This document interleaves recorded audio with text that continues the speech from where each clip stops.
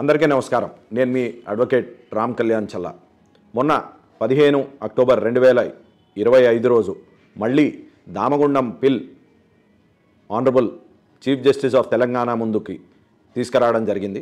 అయితే సెప్టెంబర్ 12వ తారీఖు 2025 రోజు మనం దీన్ని ఆనరబుల్ చీఫ్ జస్టిస్ ముందు మెన్షన్ చేయడం జరిగింది. అయితే చాలామంది ఎవరైతే ఈ పిల్ని ఫాలో చేస్తున్నారో చాలామందికి కూడా ఇది తెలుసున్న విషయమే.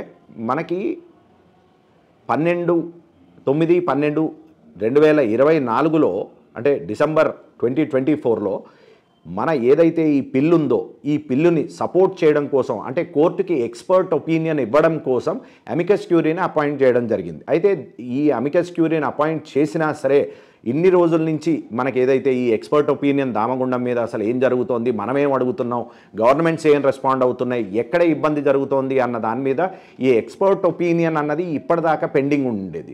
సో దాన్ని ఈ హియరింగ్లో మొన్న 15 అక్టోబర్ 2025 రోజు జరిగిన హియరింగ్లో అమికస్ క్యూరీ గారు ఎవరైతే వివేక్ జైన్ గారిని కోర్టు డిసెంబర్ 2024లో అపాయింట్ చేసిందో అమికస్ క్యూరీ వివేక్ జైన్ గారు రావడం జరిగింది.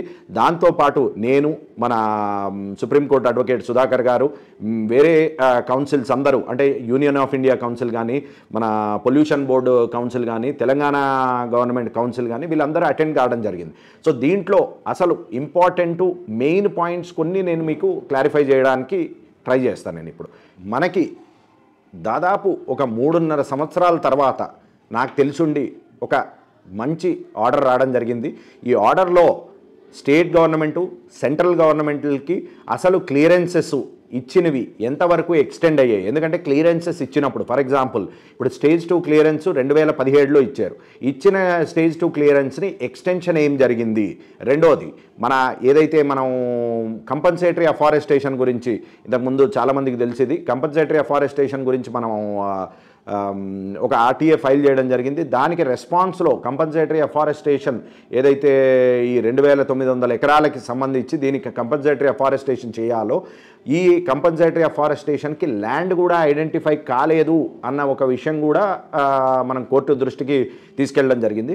సో ఈ రెండు మెయిన్ పాయింట్స్ మీద తీసుకుంటూ ప్లస్ మన అమికస్ క్యూరీ ఎవరైతే ఉన్నారో వివేక్ జైన్ గారి కూడా ఏదైతే రేడియేషన్ పరంగా ఏంటి ఆ కరెక్ట్ అనాలిసిస్ లేకపోతే దాని పర్యవసానాలు ఈ రేడియేషన్ వల్ల జరిగే ఎఫెక్ట్స్ ఏంటి అన్న దాని మీద ఆయన కోర్టుకి తన ఎక్స్పర్ట్ ఒపీనియన్ ఇవ్వడం జరిగింది. ఈ వాదనలన్నిటికీ ఆనరబుల్ చీఫ్ జస్టిస్ గారు చాలా సానుకూలంగా స్పందించారు.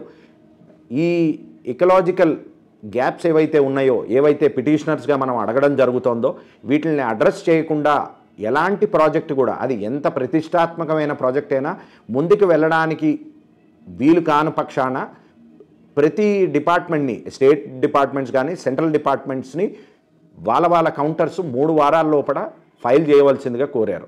దీంట్లో మనం ఏదైతే ఈ కంపన్సేటరీ అఫారెస్టేషనే కాకుండా ఇంకొక కొత్త ఆర్టీఏ అంటే రీసెంట్గా ఒక వారం 10 రోజుల క్రితం కూడా మనం ఏదైతే ఒక ఆర్టీఏ రిప్లైలో అసలు ఎన్ని చెట్లు ట్రాన్స్లొకేట్ చేశారు. కంపన్సేటరీ అఫారెస్టేషన్ ఏమో అసలు ల్యాండే ఐడెంటిఫై కాలేదన్నారు.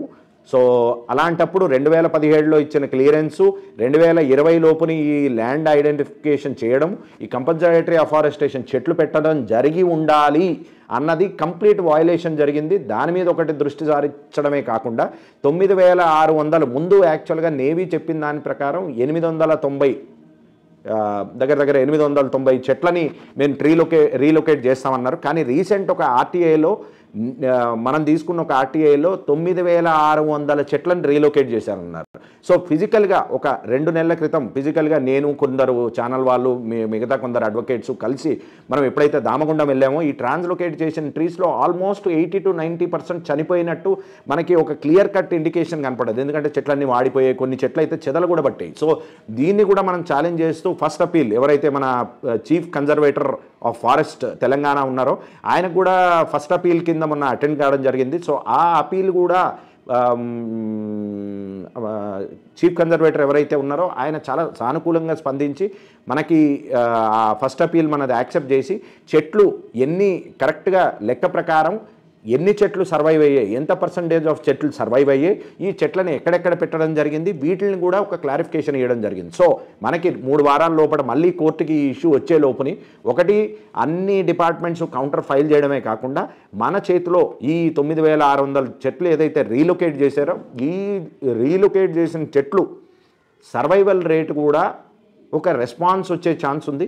సో హోపింగ్ మనం నవంబర్లో జరగబోయే హియరింగ్లో మనకి ఒక పాజిటివ్ ఒక రిప్లై, ఒక పాజిటివ్ అవుట్కమ్ వస్తుందని మనం ఎక్స్పెక్ట్ చేస్తున్నాం. సో అందరూ అంటే చాలామంది నన్ను ప్రెస్ మీట్లు ఇవ్వండి, పేపర్ ఆర్టికల్స్ ఇవ్వండి అని చెప్పారు. బట్ నాకు తెలుసుండి ఇవన్నీ మనకు అవసరం లేదు. ఇప్పుడు మ్యాటర్ కోర్టులో లిస్ట్ అయింది. కరెక్ట్గా మనం ఏం వాదించాలనుకునే దానికి మనం ఎవరైతే ఎక్స్పర్ట్గా నియమించిందో, ఎమికస్ క్యూరీగా నియమించిందో వివేక్ జైన్ గారి వాదన కూడా మన సైడే ఉన్నప్పుడు మనము ఈ ఇష్యూని ఇంకా కొంచెం స్ట్రెంగ్తన్ చేస్తూ మన దగ్గర ఉన్న ఇన్ఫర్మేషన్ని కోర్టుకి ప్రొవైడ్ చేస్తూ దీన్ని వీలైనంత వరకు మనం కోర్టులో ఎంతవరకు అయితే అంతవరకు ఈ జరగబోయే వికారాబాద్ దామగుండం అడవిలో జరగబోయే ఈ ఏదైతే నష్టం ఉందో దీన్ని ఎంతవరకు ఆపగలమో అంతవరకు మనం ప్రయత్నం చేస్తూనే ఉండాలి. దానికి నా వంతుగా ఎవరు వచ్చినా రాకపోయినా నేను మాత్రం నా పని నేను చేసుకుంటూ వెళ్తున్నా. నేను ఎవరివైనా ఫోన్లు కానీ మెసేజ్లు కానీ రిప్లై ఇవ్వకపోతే ఉన్న టైం ఫ్రేమ్లో నాకు వచ్చే కాల్స్ బేస్గా చేసుకుని నేను మీకు రిప్లై ఇవ్వలేకపోతున్నా. దానికోసమే ఈ వీడియో చేస్తున్నా. కావున మనం చేసే ఎఫర్ట్స్లో ఒక నిజంగా చెప్పాలంటే ఒక ప్రతిష్టాత్మకమైన స్టెప్పు. ఎందుకంటే 3.5 సంవత్సరాల్లో మనకి ఎలాంటి ఆర్డరు రాకపోవడం, మనం ఎక్స్పెక్ట్ చేసినంత సక్సెస్ కోర్టుల్లో రాకపోవడం ఒక నిరాశలా ఉండేది. కానీ మీ అందరి సపోర్ట్తో మళ్ళీ కోర్టుల్లోనే దీన్ని గట్టిగా వినిపించడానికి చేసే ప్రయత్నం ఒక రకంగా ఒక 10 అడుగులు మనం ముందుకెళ్ళామనే చెప్పుకోవచ్చు.